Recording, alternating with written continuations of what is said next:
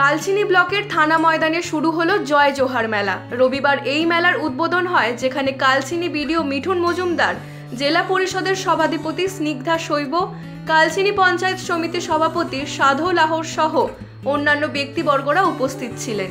আগামী 5ই মার্চ পর্যন্ত চলবে এই জোহার মেলা। এই মেলার মাধ্যমে রাভা, জুকপা সহ ডুয়ার্সের বিভিন্ন জনজাতিদের সংস্কৃতি তুলে ধরা হয়। এ বিষয়ে কালচিনি বিডিও অসীম মজুমদার বলেন, রাজ্যের 15টি জেলার 102টি আদিবাসী অধ্যুষিত ব্লকে এই অনুষ্ঠান চলছে। প্রতিটি জনজাতিদের সংস্কৃতি তুলে ধরতে স্টলও করা হয়েছে। পাশাপাশি চক্ষু পরীক্ষা শিবিরও রয়েছে এই অনুষ্ঠানে।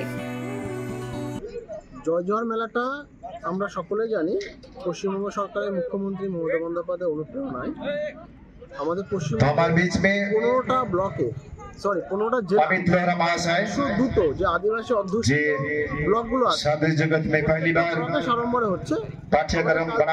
ব্যতিক্রমী নয়। আমাদের এই কালচিনি আলিপুরদুয়ার থেকে পার্থ প্রতিম দাসের রিপোর্ট, ইউ বাংলা টিভি।